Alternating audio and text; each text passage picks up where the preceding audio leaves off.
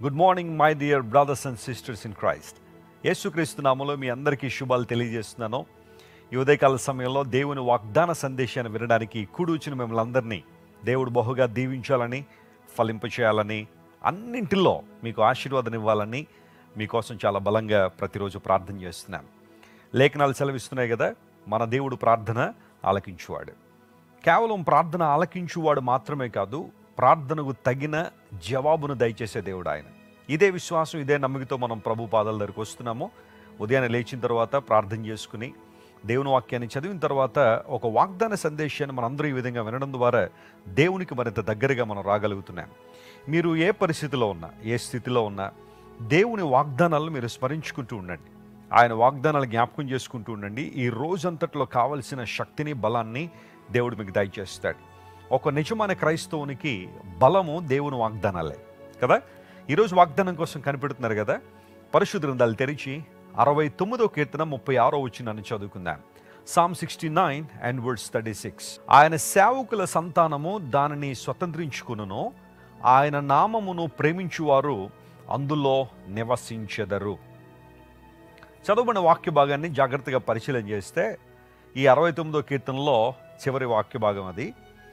ఆయన సేవకుల సంతానం దాన్ని స్వతంత్రించుకును అనే మాట వాడాడు. దేన్ని స్వతంత్రించుకుంటారు? ఆయన సేవకుల సంతానం ఎక్కడ నివసిస్తారు? ఆ పై వచనాన్ని మనం చదివితే దేవుడు సియోనును కట్టిస్తున్నాడు. ఆ సియోనులో ఆయన సేవకుల సంతానం నివసిస్తారనే మాట అక్కడ మనం చూస్తున్నాం. ప్రభునందు ప్రియ దేవుని బిడ్డలారా, యేసుక్రీస్తు ప్రభు మన పట్ల కలిగిన ఉద్దేశాలు చాలా గొప్పవి. ఆయన ఎంతో గొప్ప దేవుడు అంటే ఆయన సియోనును కట్టిస్తున్నారు, లేదా ఆయన కట్టించారు. మనము సురక్షితంగా నివసించినట్లుగా, దాన్ని స్వతంత్రించుకున్నట్లుగా దేవుడు సియోను కడుతున్నారు. బైబిల్ గ్రంథంలో సియోను అనేది దేవుని యొక్క స్థలముగా, ఆయన నివసించే స్థలంగా ఉదహరించబడింది లేదా వర్ణించబడింది. సియోనులో ఉన్నవారు దేవునిలో ఆనందించేవారై ఉన్నారు. వారు దేవుని ఆశీర్వాదాలు కూడా పొందుకుంటారని 128 కీర్తనలో మనం చూస్తున్నాం. దేవుడు సియోనులో నుండి వారిని ఆశీర్వదించునుగాక అనే మాట 128 కీర్తనలో మనకు కనబడుతుంది. దేవుని ఆశీర్వాదాలు, దేవుని దీవెన, ఆయన నడిపింపు, అన్నిటికన్నా ప్రాముఖ్యంగా దేవుని ప్రభావము సియోనులో కనబడుతుంది. దేవుడు ఆ పట్టణాన్ని కట్టించాడట. ఎప్పుడైతే దేవుడు అలాంటి పట్టణాన్ని కట్టించారో ఆయన సేవకుల సంతానము దాన్ని స్వతంత్రించుకుంటారు. సేవకుల సంతానం, సంతానం అన్న చోట హిబ్రూలో జరా అనే పదం ఉపయోగించబడింది.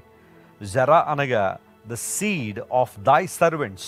ఆయన సేవకుల సంతానము, సేవకుల బిడ్డలు, ఆయన సేవించువారు అని అర్థం.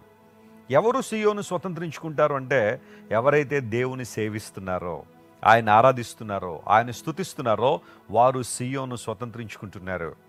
నీకు తెలుసా, దేవుడు నీ కొరకు శ్రేష్టమైన పట్టణాన్ని దేవుడు నీ కోసం సిద్ధపరిచారు. నువ్వు దాన్ని స్వతంత్రించుకోవాలంటే నువ్వు చేయాల్సిన పని ఆయన సేవించే వ్యక్తిగా ఉండాలి. ఇప్పుడు ఎంతగా దేవుని సేవిస్తున్నాం, ఆయన ఎంతగా ఆరాధించగలుగుతున్నాం? క్రైస్తవ ప్రపంచంలో మనందరికీ తెలిసిన చక్కని పాట, నిన్నే సేవింతును, నిన్నే సేవింతునని అనేక సంఘాల్లో ప్రైజ్ అండ్ వర్షిప్ టైంలో దేవుని ఆరాధించడానికి ఆ పాట పాడుతూ ఉంటారు. నిన్నే సేవిస్తాను ప్రభు అని.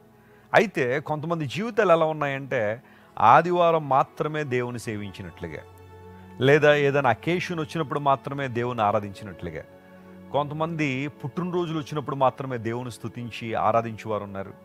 లేదా ఏదైనా మేలు జరిగినప్పుడే దేవుని సేవించే అనుభవాలు కొంతమందిలో కనబడుతున్నాయి. కానీ మనము నిత్యము దేవుని సేవించువారై ఉండాలి. 2వ కీర్తన మనం జాగ్రత్తగా చదివితే భయభక్తులతో ఆయన సేవించాలని బైబిల్ సెలవిస్తూ ఉంది. నిజమైన దేవుణ్ణి మనం ఆరాధించు వారంగా, స్తుతించు వారంగా ఉండాలి. యెహోషువ అనే దైవజనుడు ఒక చక్కని మాట అంటాడు, నేనును నా ఇంటి వారును యెహోవాను సేవించెదము. As for me and my household we will serve the Lord forever. నేనును నా ఇంటి వారును యెహోవాను సేవిస్తాం అంటే దైవజనుడు తన గురించి తాను మాత్రమే కాక తన కుటుంబాన్ని గురించిన ఒక చక్కని సాక్ష్యాన్ని అక్కడ పంచుకుంటున్నాడు. మేమంతా కలిసి దేవుని ఆరాధిస్తున్నాం, ఆయన సేవిస్తున్నాం. దేవుని బిడ్డ, ప్రతికూల పరిస్థితులు ఉన్నాయని కృంగిపోతున్నావా? అనారోగ్యాలు దొమ్మిగా పడుతున్నాయని నీ మీద ఏడుస్తున్నావా? అందరూ నిన్ను వదిలిపెట్టేశారనే వేదన, దుఃఖం బహుశా నీ హృదయంలో ఉందా? ఈ ఉదయకాల సమయంలో కూడా నీ కుటుంబంలో చిన్న చిన్న గొడవలు జరగడం ద్వారా మనసులో నెమ్మది లేదా, శాంతి లేదా? నీ భర్తతో విభేదిస్తున్నావా? నీ భార్యతో విభేదించి ఇబ్బందులు పడుతున్నావా?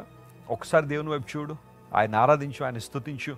ప్రతికూల పరిస్థితులన్నీ ప్రక్కన పెట్టి, ప్రభువా నిన్నే నేను సేవిస్తాను, నిన్నే ఆరాధిస్తాను, నిన్నే గణపరుస్తాను, నిన్నే సన్నుతిస్తాను ప్రభు అని దేవుని సన్నిధిలో నువ్వు చెప్పగలిగితే సియోనులో నివసించగలిగే ఆధిక్యత దేవుడు నీకు ఇస్తాడు.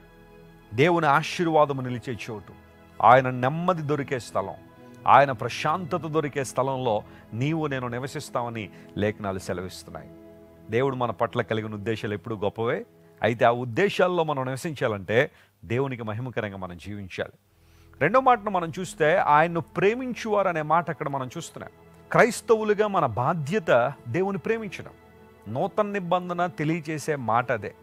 మొట్టమొదటిగా మనం దేవుని ప్రేమించాలి, ఆ తర్వాత నిన్ను వలె నీ పొరుగువారిని ప్రేమించు అన్న సందేశం నూతన నిబంధనలో చాలా స్పష్టంగా మనం చూస్తున్నాం. దేవుణ్ణి ప్రేమించడం అనేది చాలా ప్రాముఖ్యమైన అంశం. ఎందుకు మనం దేవుని ప్రేమించాలంటే ఆయనే మొదట మనలను ప్రేమించారు కనుక. We ought to love God because God loved us first. ఆయన మొదట మనల్ని ప్రేమించారు కనుక మనము ఆయనను ప్రేమింపబద్దులమై ఉన్నాం. ఈరోజు ప్రియ దేవుని బిడ్డ, ఇంతవరకు లోకాన్ని ప్రేమించి, లోక సంబంధమైన పరిస్థితులను ప్రేమించి, వస్తువులను ప్రేమించి, లోక సంబంధమైన వ్యక్తులను ప్రేమించి అన్ని విషయాల్లో నష్టపోయావేమో. దేవుని ప్రేమించు, ఆయన వాక్యాన్ని ప్రేమించు, ఆయన రాజ్యాన్ని ప్రేమించు, ఆయన కృపలను వర్ధిల్లినట్లుగా ఆయన్ని ప్రేమించగలిగితే దేవుడు అంటున్నాడు, నేను కట్టిన సియోన్లో వారు నివసిస్తారు. They shall dwell in that place. నీవు నేను సురక్షితమైన ప్రాంతంలో నివసించినట్లుగా దేవుని ప్రణాళికలు చాలా గొప్పవి. ఈరోజంతా ఈ వాగ్దానాన్ని క్లెయిమ్ చేసుకుని ప్రభువును స్తుతించండి. ఒక శ్రేష్టమైన ఆశీర్వాదాన్ని మీరు అందరూ స్వతంత్రించుకోవాలని నేను కూడా మనసారా కోరుకుంటూ మీ అందరి కోసం ప్రార్థన చేస్తాను. కళ్ళు మూసుకోండి, చిన్న ప్రార్థన. ప్రేమగల తండ్రి, గొప్ప దేవ, నీ పరిశుద్ధ పాదాలకు స్తోత్రాలు చెల్లిస్తున్నాము. ఈ ఉదయకాల సమయంలో మీరు మాకు అనుగ్రహించిన నీ దివ్య వాగ్దానాన్ని బట్టి నీకు లెక్కలేని కృతజ్ఞతలు తెలియజేస్తున్నాం ప్రభువా. నీ వాగ్దానాలే మాకు బలము, నీ వాగ్దానాలే మాకు ధైర్యం ప్రభువా. ఈ లోకంలో మేము ఎదుర్కొంటున్న ప్రతి ప్రతికూలత నుండి మమ్మల్ని విడిపించి శ్రేష్టమైన నీ దీవెన మా మీద కృమ్మరించడానికి నీకున్న మంచి ప్రణాళికను బట్టి నీకు వందనాలు. అనారోగ్యంతో ఉన్న వారికి స్వస్థత ఇవ్వండి, విడుదల లేని వారికి విడుదల దయచేయండి. సంపూర్ణ నీ కృపలో ప్రతి ఒక్కరూ వర్ధిల్లడానికి మీరే సహాయం చేయమని కోరుకుంటూ యేసుక్రీస్తు వారి దివ్య సముఖంలో మా మనవులు సమర్పించి వేడుకొనిచున్నాము తండ్రి. ఆమేన్. God bless you dear friends. Have a wonderful day.